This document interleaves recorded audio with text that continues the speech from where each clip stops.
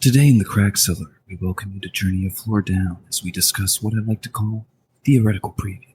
In this episode, we'll be exploring what is sure to be anything but a travesty. Loyalists, I give you the third installment of The Matrix, Postmortem, because anything past the original is swill that I will never endorse.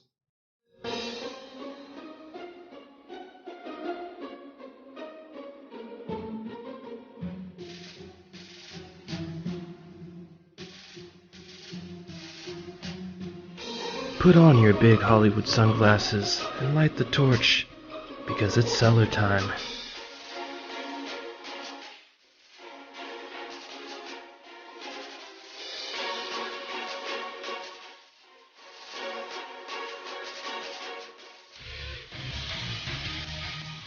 Welcome to the Crack Cellar, as the prophecy was foretold. I'm Two-Spirit Penguin Daniel. I'm Broadcaster Nickels. And today we discuss the conspiracy of all conspiracies, nay, the conspiracy to end all conspiracies. Some people talk about JFK, Roswell, fuck all that shit. The real conspiracy theory is the Wachowskis stealing the original Matrix and creating a career off of it. Broadcaster Nickels, have you heard of such conspiracy, and what are your general thoughts?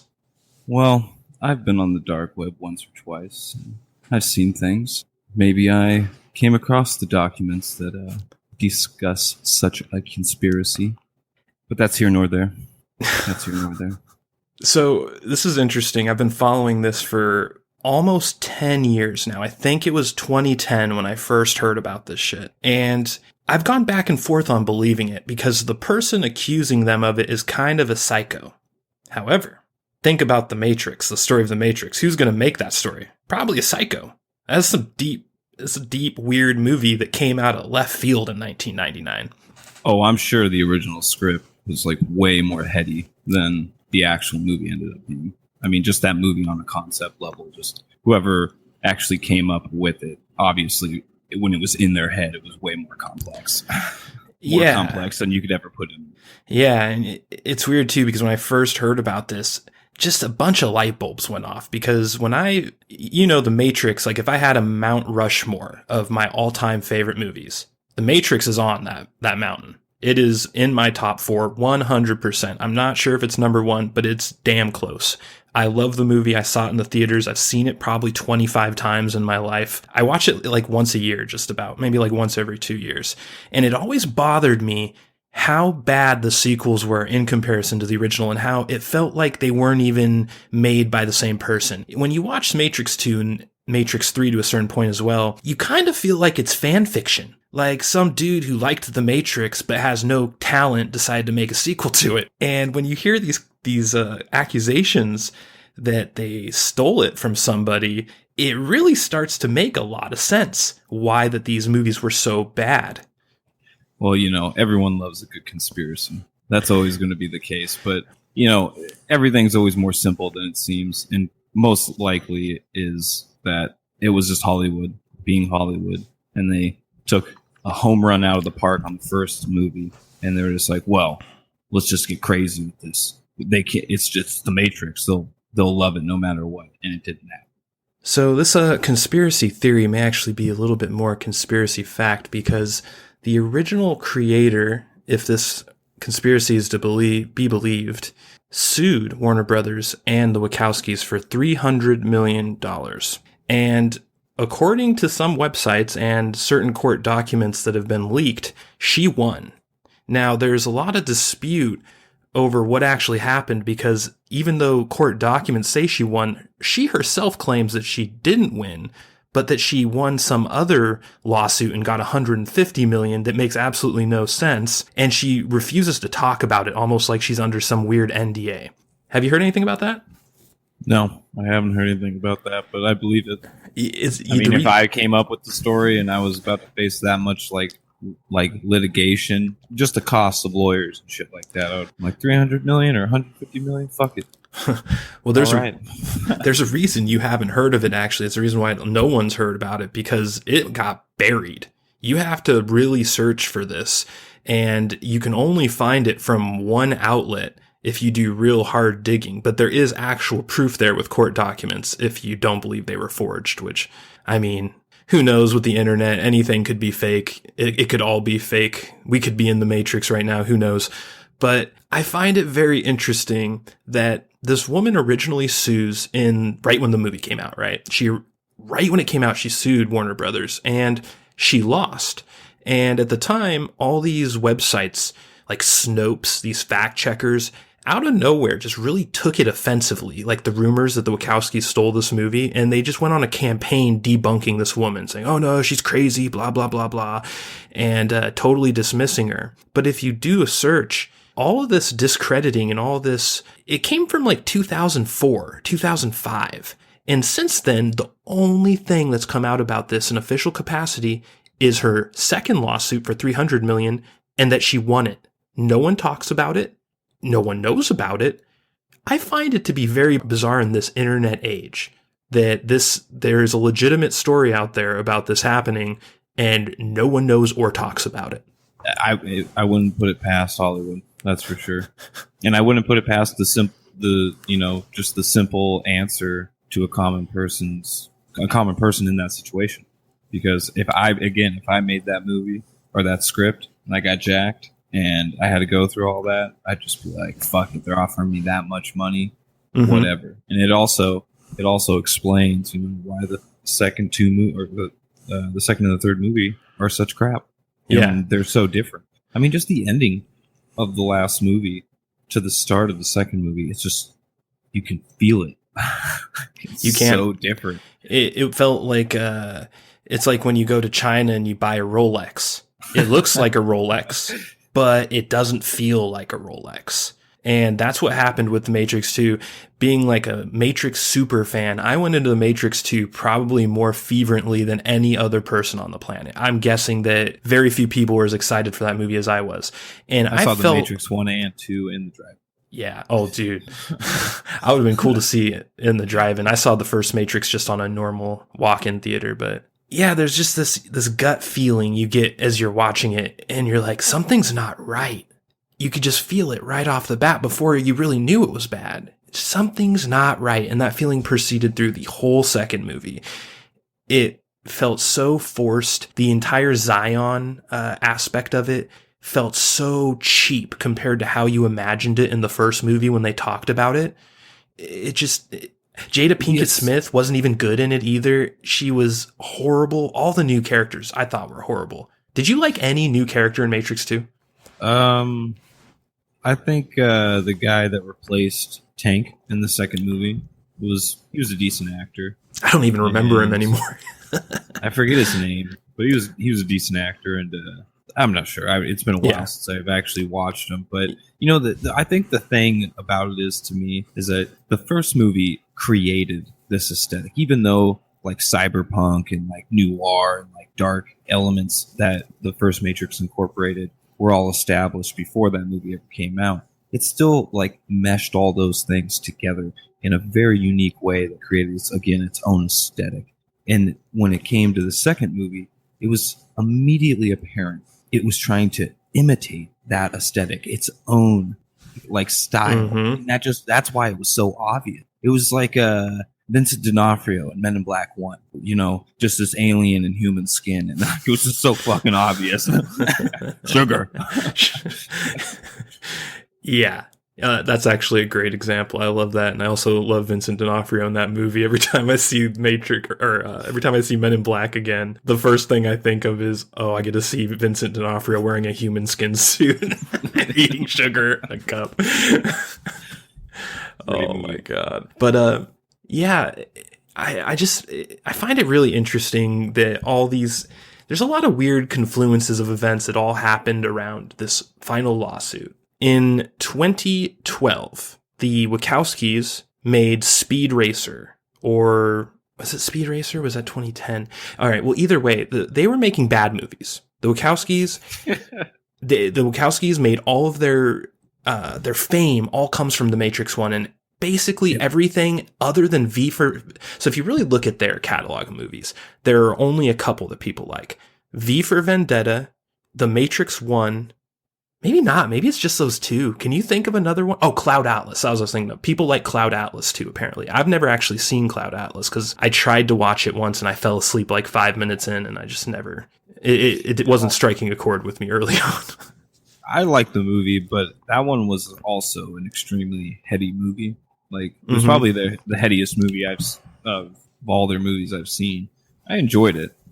Yeah, okay, so let's say 3 then. Those are their 3 best movies. Matrix came out in 1999. V for Vendetta came out in like 04 or 05 or something like that. And then Cloud Atlas, I think, is the one that came out in 2012, right? Does that sound right to you? I mean, yeah. I think it was around there. Okay. So the Wachowskis have gone downhill extremely at this point, right around when Cloud Atlas came out, right around 2012. They're making bad movies. No one likes them anymore. They're becoming a joke, kind of like M. Night Shyamalan. Then, all of a sudden, this woman's... changed sex. Well, that's the thing. So this all kind of happens around the same time. So this woman who failed her first lawsuit sues them again for $300 million in 2013. 2013 really? Is right after... Yes, and this is the one she won. This is the second one she actually won. And right as this was happening, the Wachowskis inexplicably at like age 50-something decide they're transgender. And both transgender transition at the same time. And this happens right as this lawsuit is happening, dude. Hold up. We got to tell our audience right now. We're not in the 5th layer or the 5th circle of conspiracy anymore. We just broke into the 4th circle of conspiracy now. No joke, dude. Gone in a little deeper. This is a very weird and kind of deep conspiracy. So at this point, you have several things happening. You have the Wachowskis completely flailing in the wind, not being able to make anything people like. They're getting sued, and they're going to lose this lawsuit for $300 million that's going to tarnish Warner Brothers' prize, the original Matrix that everyone loves so much. And then all of a sudden, right as they win this or lose this lawsuit and this woman wins, apparently an NDA is a part of this lawsuit because she refuses to talk about it, even though clear court records show that she won this lawsuit. And you know she'd brag about it if she could. She will not say a fucking peep about it. And at the same time, the Wachowskis transition, become women, and become the darlings of Hollywood. All of a sudden, everyone's all high on fucking the Wachowskis. They were hated a year before, and then all of a sudden they transition, and everyone loves them because they're so brave now. And their career gets a huge resurgence after this. Who do you know gets sued for $300 million, loses, and it reignites their career? They make Sense8 after that. They make Jupiter Ascending, which was like had a budget of like $350 million, and it was a total piece of shit. That was a wild movie. It was all over the fucking place. It was. And they failed upward. This conspiracy has legs in my mind for 2 key reasons. One, and most importantly, there's fucking records online of this lawsuit being won. And 2, the proof's in the pudding, man. The Matrix 1 was a different movie from the 2nd and the 3rd. They weren't the same. You could tell, and you could feel it all the way through. So, in my heart, I do believe the Wachowskis stole the Matrix. What say you, Broadcaster Nickels? You know, my gut tells me probably. Because... by now they should have made a movie that was close or at least on the same level as the first Matrix. And they have failed to do that. They've made some good movies, but if you compare them to other directors and other writers that have made these blockbusters and then their other films preceding that blockbuster, it just doesn't fit the formula.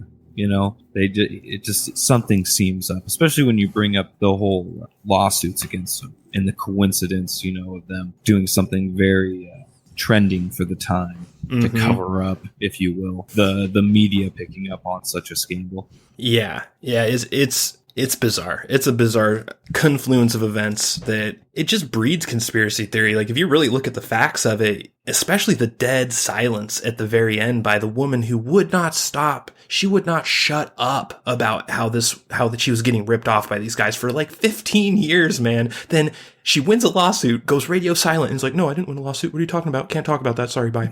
What? Yeah. No one talks about it, reports on it. It's crazy to me, but that's what a few $100 million will do for you. Yeah, for sure. But, like it or not, stolen or not stolen, the Wachowski brothers, and I'm going to call them that until they give me visual evidence they cut their dicks off. Then I'll call them the Wachowski girls. But warning. Until then, they're still the Wachowski brothers to me, and they are going to be making Matrix 4, like it or not, minus one of them. So let's go into the actual preview of this movie now that we're done on Conspiracy Alley. And this actually might be a part of Conspiracy Alley, so let me take that back. This could just be another branch coming off of the conspiracy tree. Only one of them is doing this movie, the older one. The younger one is radio silent and not talking about it and not a part of it. A, do you find that fucking super bizarre? And B, what do you think it means? I mean, it could be for multiple reasons. I haven't really looked into it. Maybe are they doing different movies? Maybe it's like a schedule. Who knows? But dude, come on. If Lily Wachowski is too busy to do The Matrix 4, literally the movie that made him a person in Hollywood, then he is either blind, dumb, or retarded. Well, some people are that fucking retarded nowadays, and I can see a director/writer supposedly take that type of stance nowadays. They're like, I don't need to make a Matrix. I'm distancing myself from that. I'm not gonna subject myself to making a fourth installment. Man, I find it super hard to believe, but you know what? You could be right. I kind of get a weird feeling that the whole transition thing might not be working out as well for one of them as the other. And here's the thing. There haven't been public pictures of the one that's not doing it for a very long time. If you look at like all of the girl power versions of these photos of the brothers, Lily Wachowski, the one who's not doing it, the younger one, has not been seen in public sight for years. Do you think maybe she's detransitioning or went back to being a dude and that she has been excommunicate because of it? Ooh. There's a deep cut I can appreciate right there. I'd like to go down that conspiracy hole. Why not? I mean, it makes sense, especially with the SJW vibes coming from the Hollywood nowadays. I'm sure they're going to want to make a Wayman Matrix. So maybe one of them was just like, well, maybe both of them, if you will, got offered the opportunity, and they were just like, well, we're gonna have to do some certain things. SJW elements, if you will. Yeah. Just like, fuck that.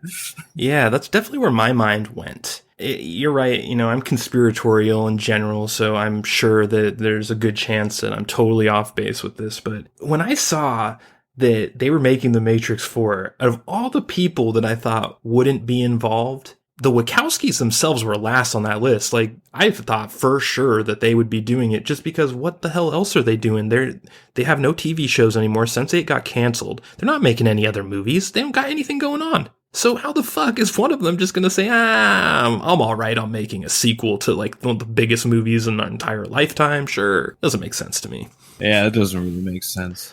But maybe the other one's just not been fully signed on. Yeah, maybe it will happen. Well, it's very far from. It is officially confirmed, but it's not really laid out on what's going on. Yeah, and that's why this is going to be one of our weirder previews we ever do, because usually when we do a preview, we have actionable intel to work on. And I don't think anyone's enough aluminum foil tonight, Daniel, all right?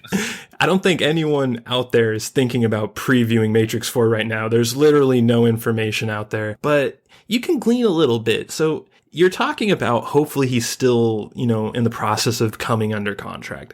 I don't buy that for him because he's the creator of it. I don't buy that at all for him, but I hope that's true for Lawrence Fishburne and Hugo Weaving, because as of right now, they are not on The Matrix 4. And I don't know about you, but Hugo Weaving is The Matrix to me. He needs to be in this fucking movie. Both of them are, to be honest. If I think about The Matrix, I think about Lawrence Fishburne, Keanu Reeves, and Hugo Weaving. Yeah, how the fuck can you have a Matrix without Morpheus and without Agent Smith? And I've heard talk already that this is why I'm really sad too, because I don't think that for Lawrence Fishburne, I think that he is actually out. And I think because I saw a really early press about this movie where they're talking about, wouldn't it be cool if Morpheus was recast as a younger, hipper Morpheus, like Michael B. Jordan from Black Panther? And as soon as I saw that, my conspiracy light bulbs went off. This is not actually from anyone involved in the movie. This is just some guy on a website that does clickbait articles they're paid to make, talking like this. Almost like, hey, maybe the studio said, we want you to test this idea out. We want you to talk about a non-Lawrence Fishburne Morpheus and see what people think. That's the vibe I got. And I kind of think that's what's happening. I think that they're toying with the idea of stiffing Lawrence Fishburne and recasting him with a younger actor. I just think that's too bold of a move, and also they would still have to cast Lawrence Fishburne for at least the first movie, this fourth movie, so they could have a send off. They'd never just write off an iconic character like that. Unless he died, like the actor died. Right now, he's not on the movie. And the articles I've seen about him not being in the movie have a very oddly definitive tone to them. And I say that because it's very early in the process, and for the way that these articles are talking about it so definitively, I found it to be very bizarre, almost like they had inside information. But I hope you're right, because Lawrence Fishburne was part of the reason the first Matrix is as great as it is. That scene with the red pill and the blue pill is one of the most famous scenes in cinema history, and he is that scene. Oh, dude. It was also such he delivered some of the most metal lines in cinema history, dude. When he was explaining to Neo how he watched the dead get liquefied and fed back to the living. It was just I was like, whoa! I was 9 years old, dude. I was like, what the fuck? It literally sounds like a Scar Symmetry lyric. You're right. So yeah, I don't. So you're asking me, will Neo have pink hair? Probably. Well, that leads us to my next point of contention on this movie.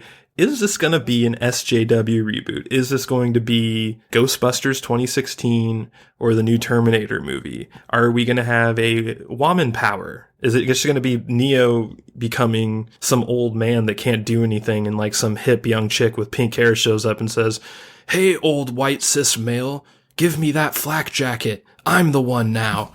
I think it's going to be one of two things. It's rather Trinity and Neo are both back, because didn't Trinity die at the end too?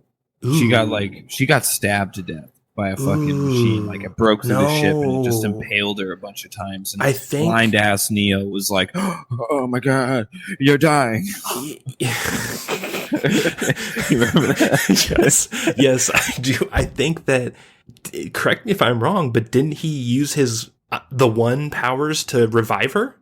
I thought that was the last thing he did before he died. No, that was what I think was the catalyst for him to guide the ship the rest of the way and confront the master AI. But I don't think he could save her, because I remember him using his force powers or whatever. Yeah. To see all those tendrils inside of her. Yeah. Having his last words with him. Maybe I'm forgetting it, but. Well, either way, it doesn't matter really too much, because back to my point for a second, though, is that one of two things can happen. Rather, Trinity and Neo are actually physically both going to be in it, and they're going to have some new type of mission or purpose in the storyline, or Neo's only coming back in some type of almost an, if you accept this analogy, if you will, but Force Ghost way, where he's just guiding the new main protagonist, That's an interesting theory. I don't know. It's interesting. So I guess this is really the next logical question in this discussion. Is this a prequel or is it a sequel? Because I already told you that I've seen articles musing about a younger Morpheus. Now, a younger Morpheus would make way more sense in a prequel. You could get away with it real easy. People wouldn't even be mad because it's supposed to be way back, back in time. So it's of course Morpheus is younger. It looks different, blah, blah, blah, whatever. But then we have Trinity and Neo both being cast. The Keanu Reeves and Carrie Ann Moss, or whatever her name is, they have both been cast and confirmed. So if it is a prequel, why the hell are they not being recast in just Morpheus? So there's some real weird mixed signals with the information we have on this movie so far. Well, you know what? I think I just connected the dots. Oh, shit. Here we go. Broadcaster Nickels. Let's hear this. I think what we're seeing here, or what we're slowly seeing unravel, is a time-traveling scenario. Oh, shit. Maybe what's probably going to happen is there's some type of independent machine that didn't get affected by the wipeout Neo did or whatever. And it's been plotting some type of way to go back in time and kill the key heroes that led to its success, its timeline where it succeeded. I like it. I can see that because it lines up with all the rumors, where it's going to involve a younger Morpheus and Neo and Trinity are coming back in some way. So maybe like it's going to show them in the future and then it hops to the past for the rest of the movie or something like that. I could see that being the plot device for ushering in younger characters or maybe just some new characters in general. Yeah, I think that you might be onto something with that. And time travel is always that trope that's used to fix things. And if there's anything that needs fixing, it's the end of the Matrix. So I definitely see some credence in that particular theory. But man, I've never been so scared for a movie. I'm a cinemaphile, I guess, by the definition of the term. I've probably seen over 1,000 movies. I mean, our dad had black boxes our entire life. We had HBO, Showtime, Cinemax, our entire childhoods. Saw everything. I saw everything that came out from like 1988 to the year 2000. And then I've seen a lot of stuff since then too. Not quite as much, but a lot. And there's just a fear in me right now that, like I said, this movie, the original Matrix, is on my Mount Rushmore. And I have a feeling that it is about to be TP'd by the local kids on Halloween. That's what I feel like my Mount Rushmore is about to have happen to it. I don't have any faith in the Wachowskis anymore. I really don't have faith in only one of the Wachowskis. And there's just so much bad juju coming off these last two movies. And I feel it's a little weird, like the hubris of these guys to just be like, yeah, we're doing Matrix 4 with it's not like I want an apology or anything for Matrix 2 or Matrix 3, but I would like them to at least acknowledge, hey, we fucked up on Matrix 2 and 3 and we're going to try and fix it with 4. I would at least want to hear that from them. And I have this weird feeling that they think Matrix 2 and Matrix 3 were fucking works of art and that Matrix 4 is just going to be like Matrix 2 and Matrix 3. Yeah, I mean, my in a perfect world for me, I would probably like it to use the time travel device and make a really good prequel, and somehow incorporate almost 99% of the first movie and maybe change that 0.1% so they can make another movie that proceeds after the original movie. But that's just me daydreaming because that's such a hard thing to accomplish. And I know what they're really going to try to do is just reboot the franchise in general. And that's personally my biggest fear. Yes. Is they're rebooting the franchise. And that will fucking blow. Well, just look at Terminator Dark Fate. So Terminator Dark Fate is essentially a total reboot of Terminator 1 and Terminator 2 mashed together. And the whole point of it is to recast it with woke teenage girls. The only good parts of that movie are Arnold, the OG, the only person in the movie anyone cares about other than arguably Linda Hamilton. And I think Linda Hamilton was pretty good in it, honestly. I don't have a huge problem with Linda Hamilton, but the whole movie just was a fucking girl power rally. And it was so transparent. There were no original ideas in that movie, Nicholas. It was all 100% ripoffs of T1 and T2 repackaged for a new generation. You sound like anything else? Maybe Force Awakens? It's a trend in Hollywood right now. We take these franchises that people loved and we take the exact same movie, we remake it with less problematic people. We get rid of the cis white males and we replace them with purple-haired chick who works at Home Depot. I don't know if I can handle that. I don't know if my heart can handle it, Broadcaster Nickels. I can only take so much, and when it comes to the Matrix, I'm sensitive. Yeah, and to be honest, even if all three of the original hitters came back, I don't think it would be able to hold off the impending doom that would come with SJW tactics in film nowadays. It's a terrible plague that will never be beat until it's eradicated at the root level. Yeah, well, the one thing, you're looking at half glass full. I liked your idea of, hey, what if they're just going to go back to the first movie, insert itself at a certain point, but do like the butterfly effect thing where they change one key detail and everything happens differently. Now, this is sort of like Terminator, if you think about it. So speaking of Terminator, this idea kind of rips Terminator off, but I really like the idea if you insert it at a very specific scene. And the scene that I'm thinking of is one of the most pivotal scenes in the entire movie when Morpheus gets taken, when they're in the tower about to go back to the Nebuchadnezzar, and Neo sees the black cat, and he says, "Deja vu." That is the moment they should insert themselves into it and change everything. It makes 100% sense narratively. With the whole iconic scene too. The movie's full of icon. Every scene in the movie is an iconic scene, essentially. But you're right. The black cat deja vu scene is one of the biggest quotable moments. That whole scene. Is it the same black cat? I get goosebumps thinking about that scene. Now, I forget which ones, but there's a certain type of religion that believes deja vu is a fractured timeline. And that when you see deja vu and you experience deja vu, you just skipped onto a different rail. This would fit perfectly with your idea about using time travel to kind of insert yourself in the old movie, but change everything completely and kind of recapture the first movie in the process, but while still being original. Because at that point, everything will be different. Think about how key of a point this would be to use. Not only does it fit with the whole deja vu thing, but no one's dead yet at this point. This is before Cypher went up and murdered everyone. Everyone could come back. It's such a key, super cool. It's such a key point of the movie. Well, I mean, it would be a perfect way to right the wrong of the first or the second and the third, because I don't think anyone would miss those two. I can't imagine there's any fan base that would fucking even question it. No, it'd be so exciting. Everyone would love it, and it would effectively erase Matrix 2 and 3.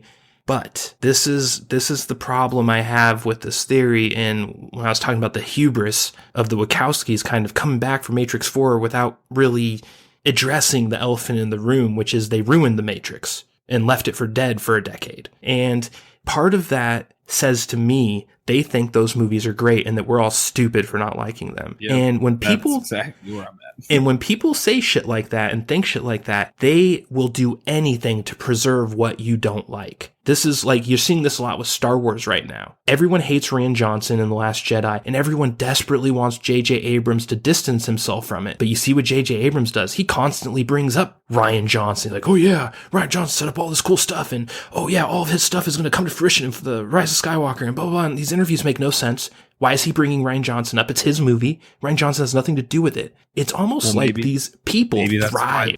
Well, maybe that's why one of the siblings is gone.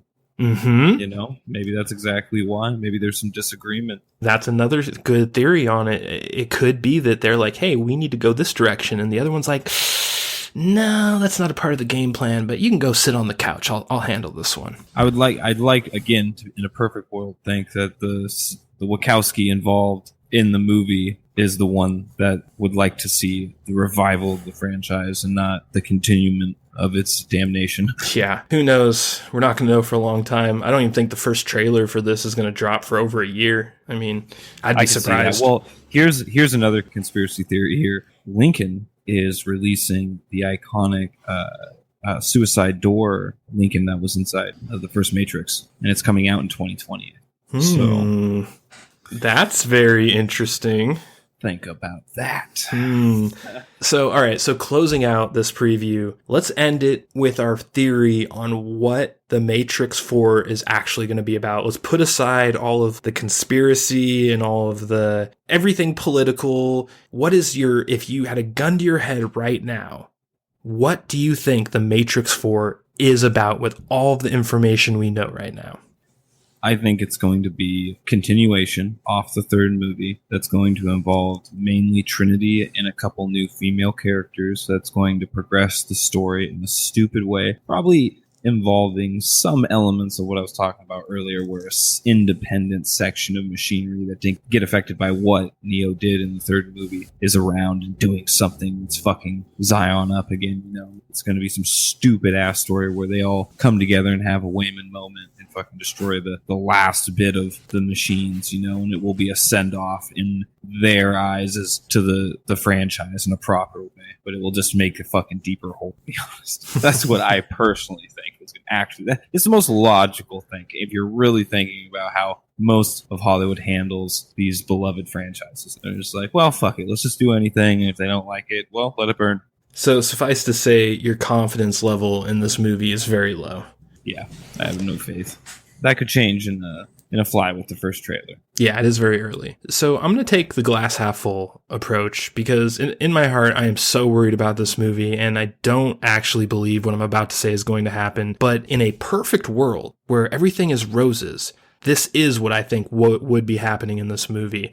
The movie's going to start in Zion and you're going to have Trinity and Niobe and Morpheus, just kind of hanging out, being like, hey, remember when everything sucked and we were fighting the machines and humans were enslaved? That was really lame, wasn't it? Ha ha ha, as they drink and, party and shit. And then all of a sudden they're going to be attacked by the machines and they're just be like, what the fuck? They're dead. They're gone. What's going on? We don't understand it. And they're going to send the Nebuchadnezzar off on a scout mission to like the home base of where these machines came from. And they're going to go and it's going to be kind of like I was going to say maybe a Star Wars episode 1 kind of Qui-Gon Jinn and Obi-Wan Kenobi adventuring through Naboo type of thing where they're kind of going through various parts of the sewer system and seeing cities and going to places. And when they eventually get to this machine place, they're going to see that the machines actually, they're like human machines now. Like not just like the spider monsters and all these crazy machines that they had before, but these machines are like robots, like humanoid robots. And they're like, what the fuck? They're going to be in robot cities with buildings that look like a building that we'd go into. And they're going to investigate and they're going to find that Neo is alive and he's become the god of the machines. And he has decided that humans are the actual enemy and that he is going to be the villain of the movie.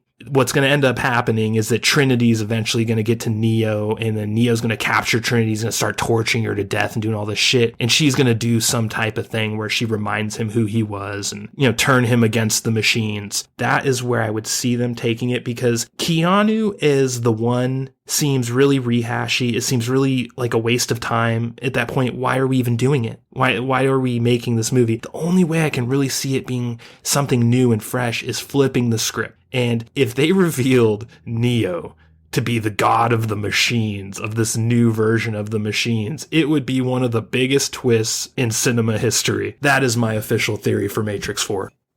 Rip the dream. All right, well, so we're both very negative on this movie. We have very little hope, but there hasn't been a single trailer out yet, so there's a lot of room for improvement. So on that, we will end this and say, please, God. Please, no. Not like this. Not like this.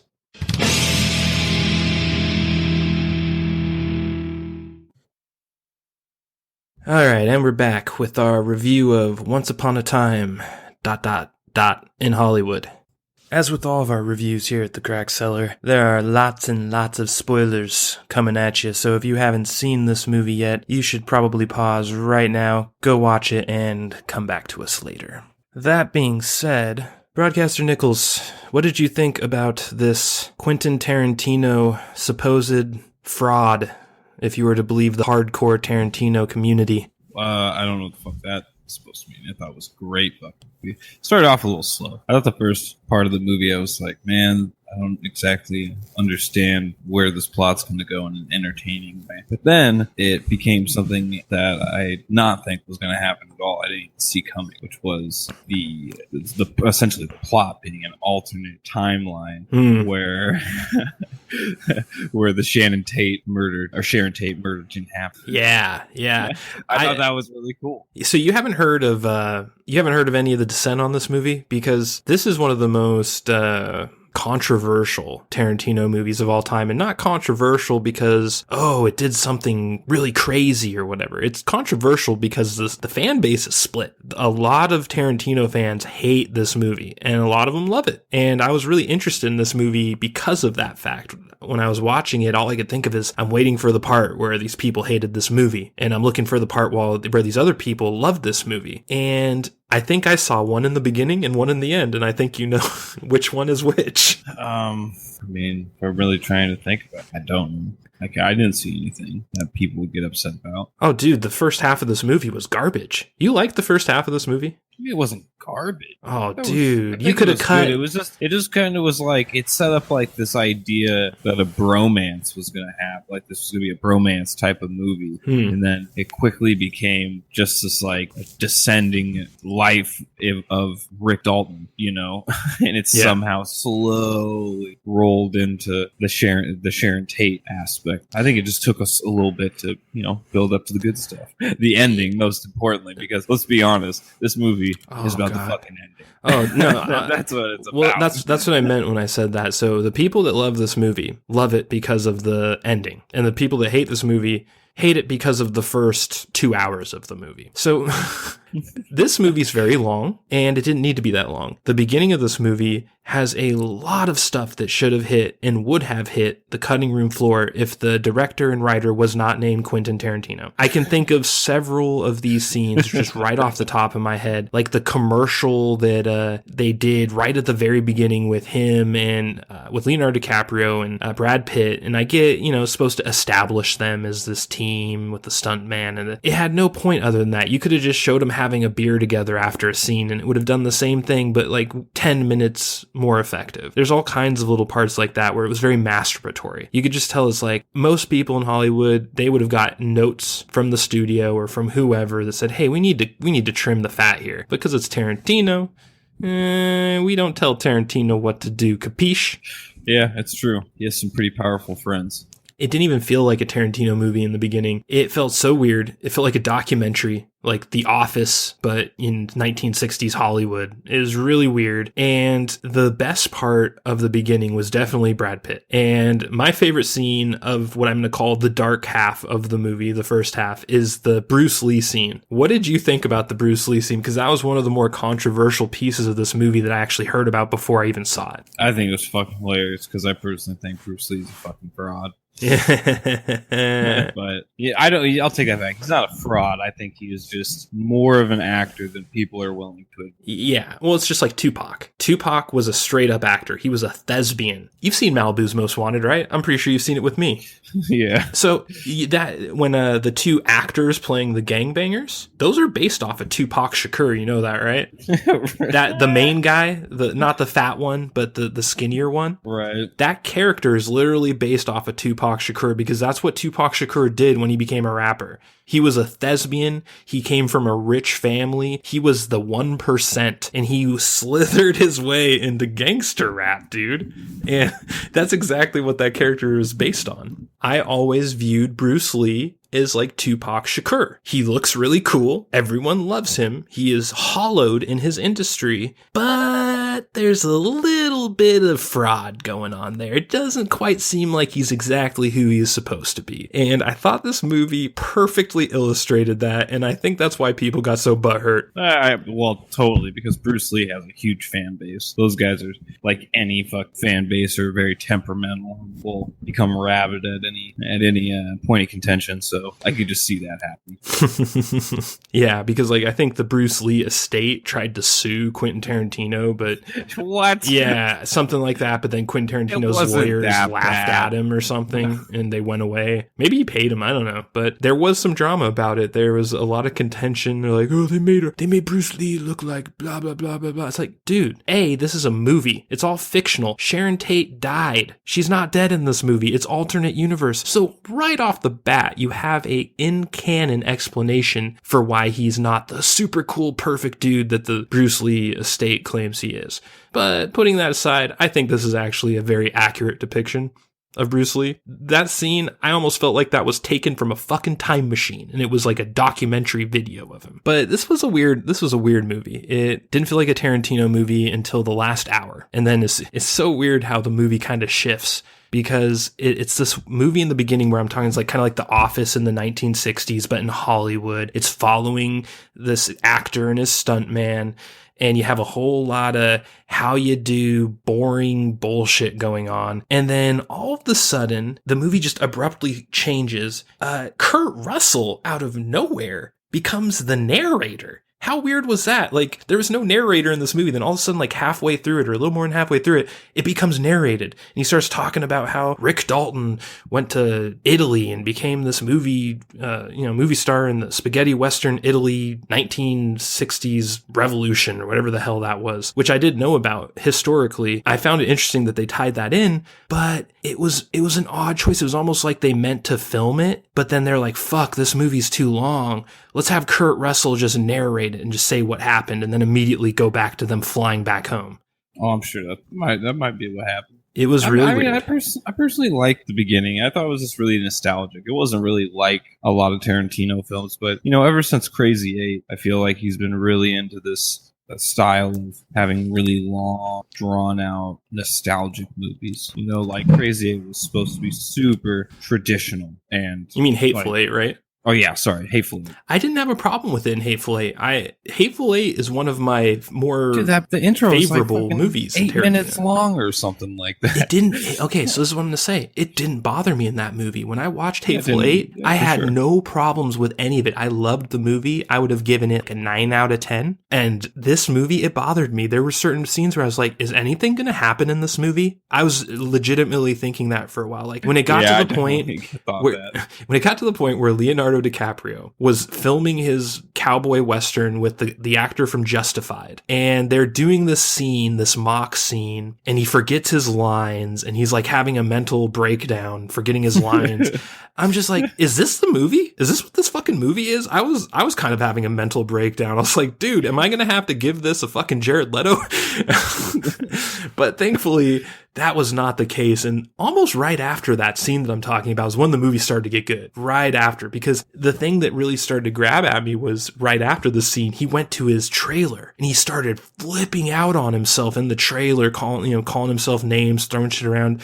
That, I feel like, was some of the best acting Leonardo DiCaprio's ever done his entire life. Well, I thought if you go a little bit further, when the girl goes up to him after the scene he did really, really well, and she just whispers, that was the best acting I've ever seen, and he just like almost starts tearing up again. He's like, yes, I'm fucking Rick Dalton, motherfucker. Yeah, and that was right after, I think, like chronologically, that was right after his freak out in his trailer. So it was an interesting turnabout for sure. Like, it just showed him rock bottom, then like an hour later, right at the top of the mountain again. And I think that was on purpose. He's kind of trying to show the fickle nature of Hollywood, how like 1 minute you're the leading star of the Mummy franchise and you're like the top of the A-list male actors, and the next you're doing Weight Watchers commercials. Like, it's a weird industry, Hollywood, and I think that's what he was trying to convey with. It's a fickle mistress. So, what is your favorite Tarantino film? I mean, it's probably going to be tossed up between Reservoir Dogs and Pulp Fiction, but... So, when I ask you that, are you counting all of the movies that he wrote, or only movies he wrote and directed? Well, I mean, I'm throwing in True Romance and Dusk Till Dawn. You know what? I actually take that back. I think my favorite movie he's done, because I forgot about this movie, is probably Inglourious Bastards. Oh, okay. Inglourious Bastards was so well done. Yeah. Well, I will say that I love every single Tarantino movie with two exceptions. Jackie Brown, which I just could not get into Jackie Brown, and True Romance. But I don't think they're horrible. I just think they're not really my cup of tea. I mean, they're definitely the weaker movies.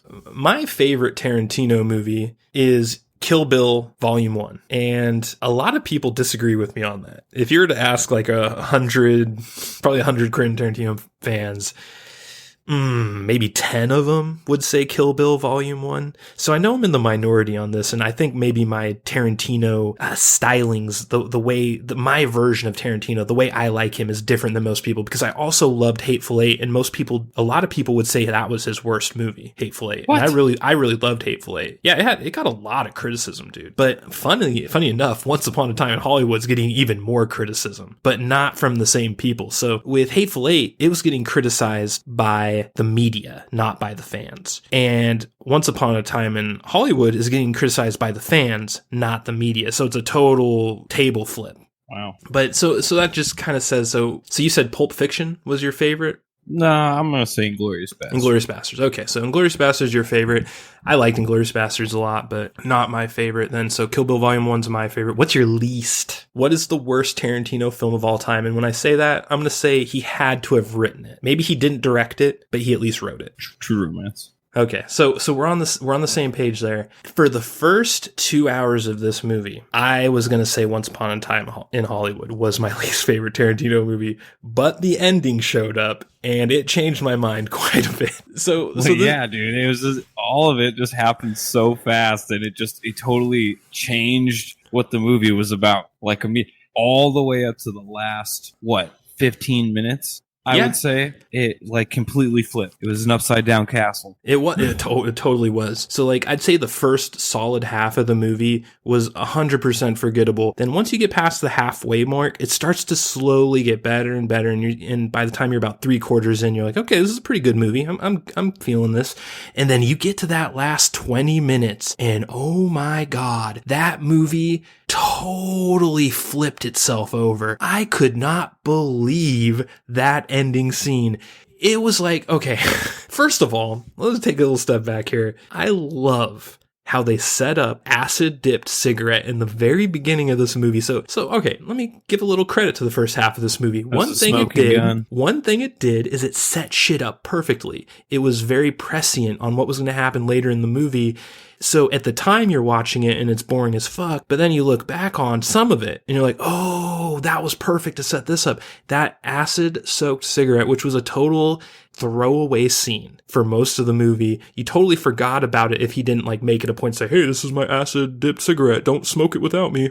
If that didn't happen, you would have totally forgot about it. And you see these fucking cult guys rolling up to the house and you see him just light this acid dipped cigarette. Perfect timing. This dude is there are going to be a bunch of hippies trying to murder this dude while he's tripping on acid. And that is so Tarantino. And I loved that about it. But then you have, I don't even know where to begin with this ending.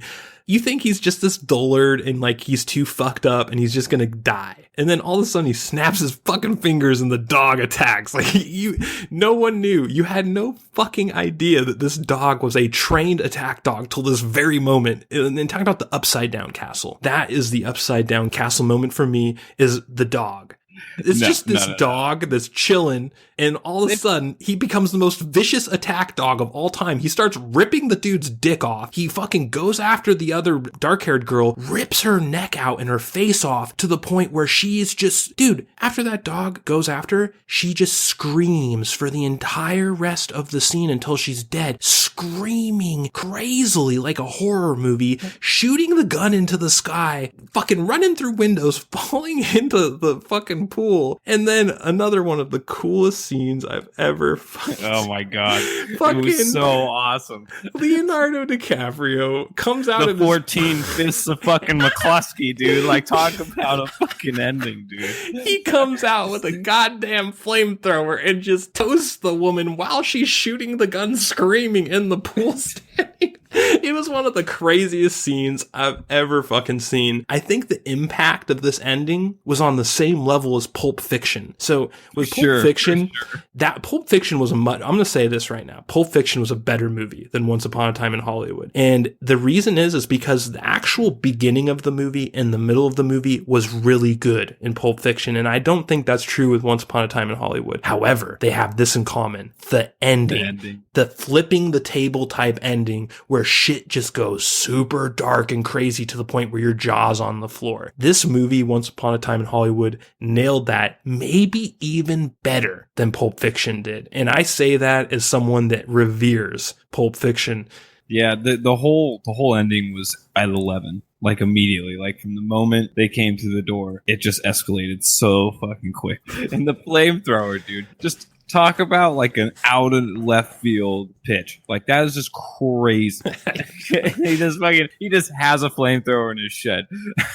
And they foreshadowed everything so well. Not only did they foreshadow the cigarette, they foreshadowed I don't know if it's a foreshadow, but how the timeline gets alternated just by Dalton going out there and yelling at those kids, right? Because I'm pretty sure they were on their way up, But anyways, and then in the 14 Fists of McCluskey, when they're doing the interview, he's just like, I was scared to death by that thing, but they go through him learning, and he's just like, damn, that's hot. Is there anything we can do about that? And it's like, Rick, it's a flamethrower. And he's like, yeah. Oh, it was so good. Such a good foreshadow. It was. He loved it. He hung on to it. It was. And when you talk about it, it kind of it makes me give the beginning a little bit more credit, because it was boring. It was prodding and slow, but it did set the table so fucking well. And one thing it also did that was a little insidious is it set the tone and the expectation of the movie in a way in which the ending was going to throw you the fuck off. And I will give him credit for that, because I did not see that ending coming. I was sitting there thinking, with 20 minutes left, man, this is probably the worst Tarantino movie. It's not bad, but it's just like, I think of there's so few questionable Tarantino movies that just being mediocre makes you the worst Tarantino movie, essentially. And that's what I was feeling coming. And oh my God, that is soon. And it's funny because the ending is almost foreshadowed by like the pre-ending where they first roll up in the car and fucking Leonardo DiCaprio's making margaritas. And it was my favorite fucking lines in the entire movie. He's like, what the fuck's that? And he goes out and looks at him and he's like, bunch of damn hippies. What the fuck? It's just like the way he said it, dude. I fucking rolled. It was so good. And he goes out there, he just yells at him like a dick, and it was really good. And my favorite part of the scene. What the fuck you looking at, Ginger? Fuck rolling. Oh, dude, it was so funny. And then, like, when he's done yelling at him through his window, he's like, now get out of here. And then he just takes a drink of his margarita from the pitcher. It's so good.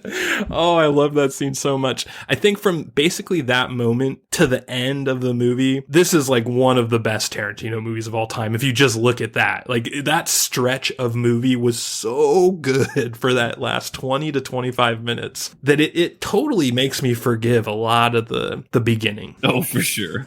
Most definitely. I mean, Brad Pitt murders a person and his dog murders another, and Leonardo burns a person in his pool that he was just fucking resting in, all within like 10 minutes.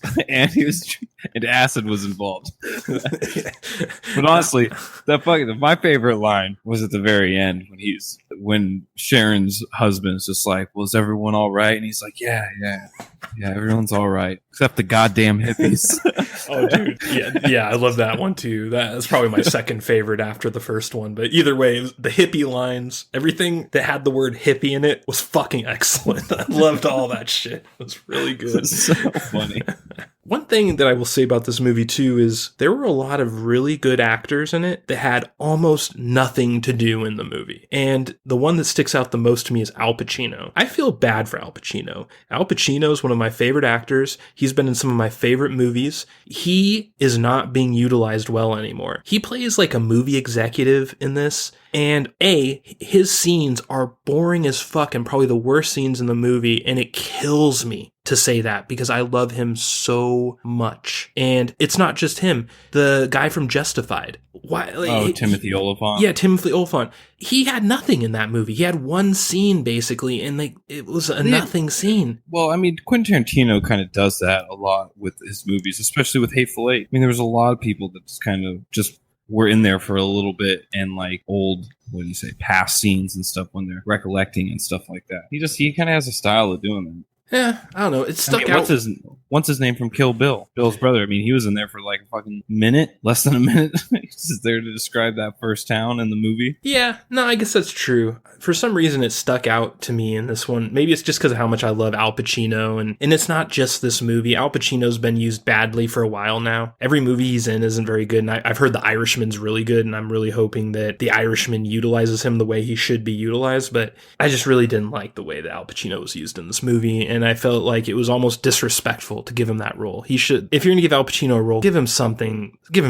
Don't give him some bullshit where he's like Ari Gold from Entourage for 5 minutes of the movie. Yeah, it was just very unnecessary. It just didn't seem like he was needed. Yeah. But, acting wise, though, I thought the dynamic between Leonardo DiCaprio and Brad Pitt was amazing. I loved it was. their, I don't know if you want to call it a comedy duo. It wasn't really comedy, but it kind of was at the same time. The way they interacted with each other was perfect. And I love the subtle way Tarantino kind of revealed the Hollywood caste system. So it showed these two guys basically best friends, but at the same time is almost like a king who's friends with his court jester. Yeah, Yep. they're friends, but the second the king wants, he's cutting the dude's head off. You know what I mean? Like, it really showed you how a genuine vision of how that worked in the 60s, and I really liked that. It's a good observation. I didn't really see that, but it's definitely apparent now that you bring it up. I thought they had really good chemistry. It makes me hope that they appear in the same movies going forward, because I think this is the first time they've been together in a Tarantino movie, right? Yeah, I don't think I've ever seen Brad Pitt and Leonardo DiCaprio in a movie together. You're right. They might have been, and I just never saw it. Well, I know they've both been reoccurring characters in Tarantino movies, but specifically. Right, together. Yeah. I don't think they've ever been together in any movie that I can remember, but other than this one. But they did have really good chemistry, almost like maybe they're friends in real life or something like that. I don't know.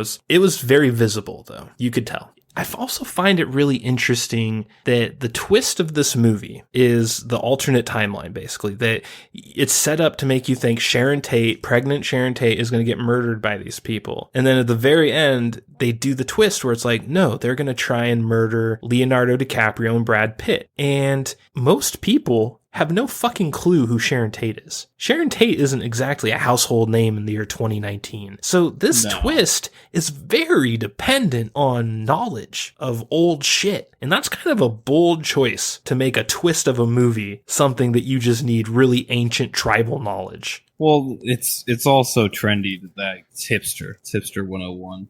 Everyone and Charles Manson is really popular too. Some people are like in love with that guy. I think he's a philosopher. Well, I think that girls threw themselves at him, right? Like, I think he has like kids with like 20 different chicks that all like came to be his concubine in prison.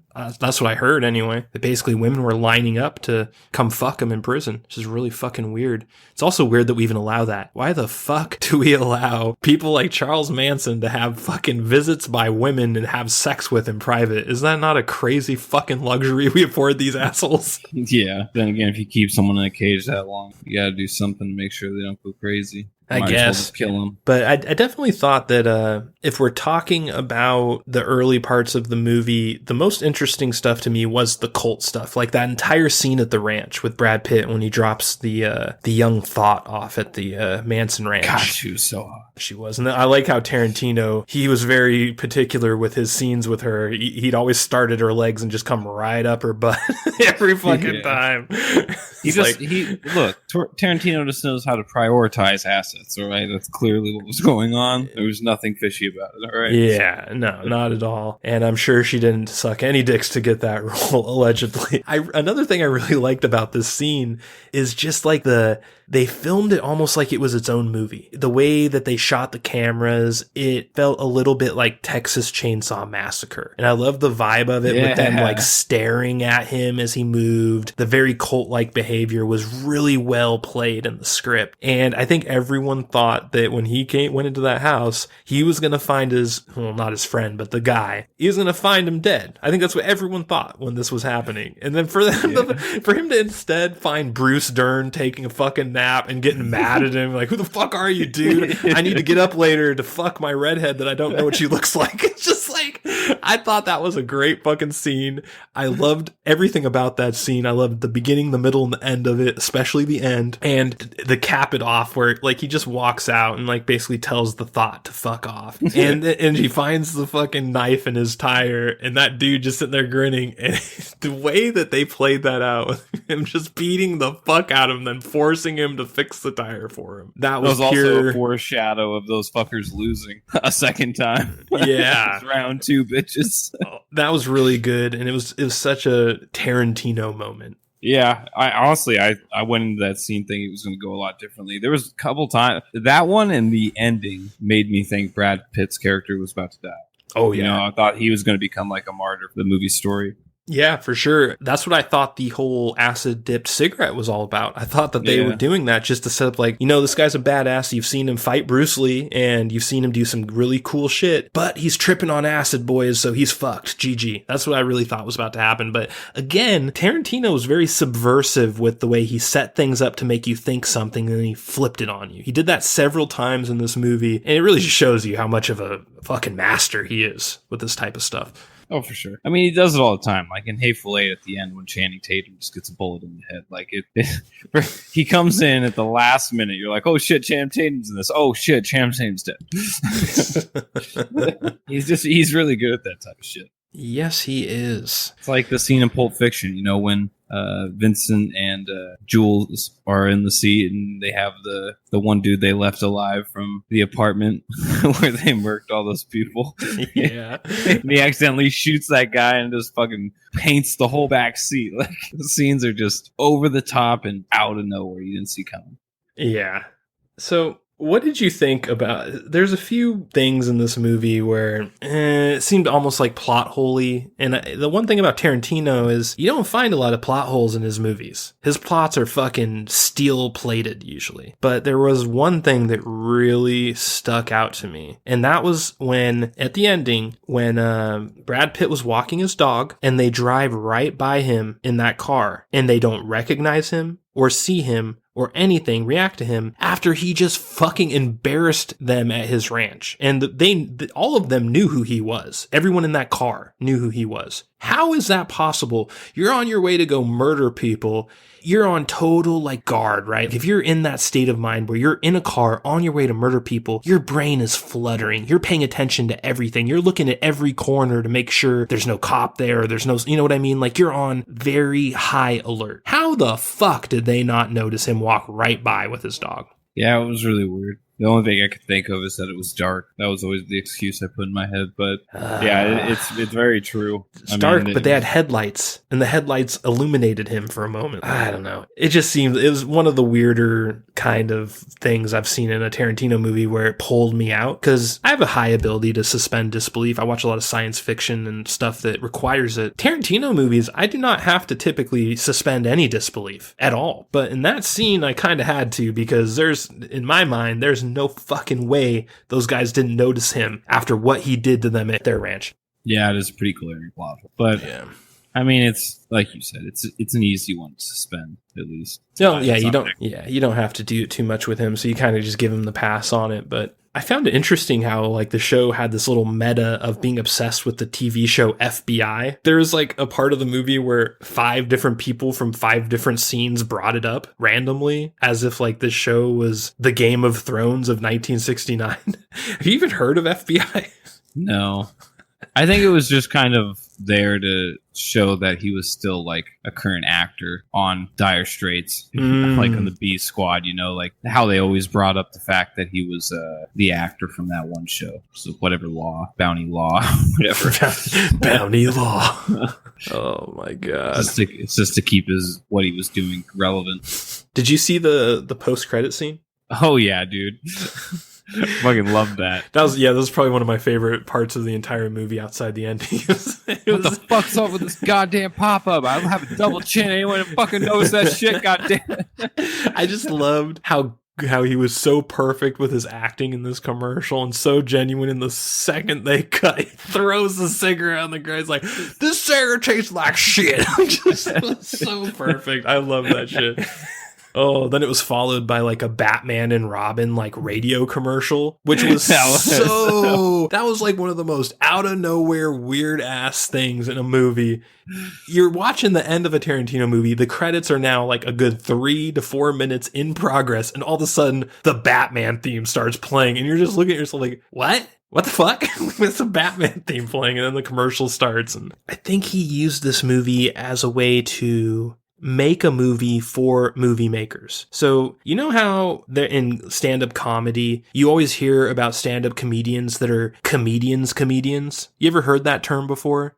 People that do stand-up comedy for other comedians, other stand-up comics? For sure. That's what this movie was, I think. I think this movie was basically him making a movie for everyone in Hollywood that grew up in the 60s like he did. I can see that. I mean, it's like someone doing an alternate timeline on the O.J. Simpson trial for me, you know? Or that other girl. What was that little tiny girl? She was like a child actor, parents murderer. Oh, yeah, John Benet Ramsey. Yeah, John Benet Ramsey. That'd be funny if all Tarantino's movies now were like retcons of the past. Just start going down the list. That'd be dope, dude. That's a good theme. It'd be interesting, but apparently Tarantino's next movie is going to be a Star Trek movie. Have you heard about that? Yeah. I'm super interested in that. I'd like to see where that's going to go. Well, the interview was amazing. He was like, they're like, so you're going to make a Star Trek movie. Does that mean you're going to kind of change your feathers a little bit? He's like, no, it's going to be a hard R.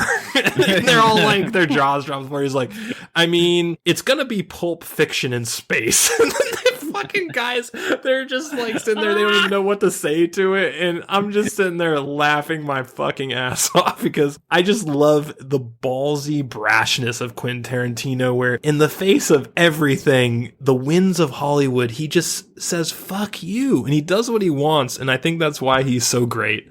I think it's awesome that he can do that. He's like he's the only one that does that because he's just so rich. Yeah. You can't fuck with him. No, you can't. And it's funny too because like all these fucking nerds on Star Trek forums are all pissed off about Quentin Tarantino doing a Star Trek. They're like, I can't take my kids to that movie. That's not the spirit of Star Trek. It's like, bro, the spirit of Star Trek is dead. You've had J.J. Abrams inserting lens flares and calling it Star Trek for a decade now, and you don't want the greatest living director-writer to make you a Star Trek movie because you're afraid it might not be nice enough? Oh, God, it's just, I'm embarrassed sometimes to be a Star Trek fan, dude. That fan base is not pretty. Well, I mean, they're truly clinging on to it. A ghost. I mean, they haven't had anything that's good since, I mean... dare I say Deep Space Nine? Yeah, I mean, that's not true. What was Insurrection after Deep Space Nine? Insurrection was pretty good.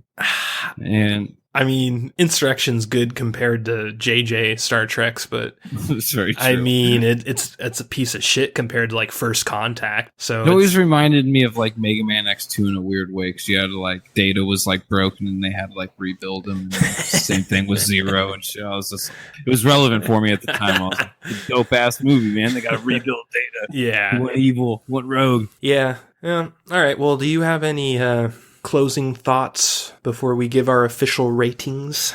Yes, I do, Two-Spirited Penguin. This review has been brought to you by Red Apple, better drag, more flavor, less throat burn. The throat burn's key. You there? Yeah. Oh, that was it. I wasn't sure if you disconnected or not because it was kind of an abrupt. So those were your closing thoughts. Yeah. All right. Well, what I'm going to say about Once Upon a Time in Hollywood is it's not a bad movie. It's very good by 2019 standards because most movies today are fucking god-awful. Usually when I watch a movie, I come out of it feeling like I wasted my time. Not this movie. I would not take back this experience ever after seeing that final ending scene. One of the greatest scenes I've ever seen in a movie, and it totally catapulted it for me out of the bottom tier of Tarantino movies up into the middle tier, I'd say. I'm not going to put it anywhere near Pulp Fiction, near Kill Bill, near Natural Born Killers, even Hateful Eight or your favorite, Inglourious Bastards. I'm not going to put it up to those, but it is clearly better than like the Jackie Browns and the True Romances.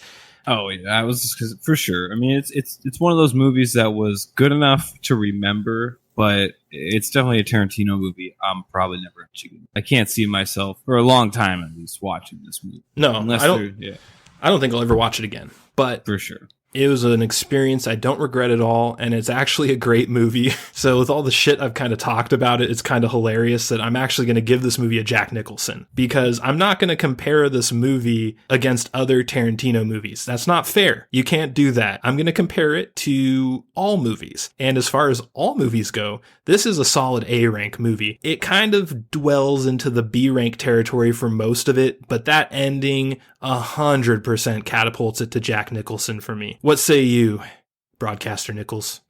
I really was gonna give it like a Michael Keaton, you know? Michael Keaton? Who's Michael? Wait a second. Have we flipped into a different timeline? Are we doing the Batman ranking system now? Oh no, but with all seriousness, I was going to give it a Jack too. It was really down there though. Like, to be honest, like you said, it was looking Jared Leto, maybe even Cesar Romero, maybe, I'm not quite sure, but it was festering in there for quite some time, and then that ending just fucking blew it right to near the top. But it wasn't a masterpiece by any means. No, but it wasn't. It does deserve an A, that's for sure. All right. Well, it sounds like we both give this movie a Jack Nicholson, and with that, we will close things out. Not like that's this. That's not what a crack addict sounds like, Danny.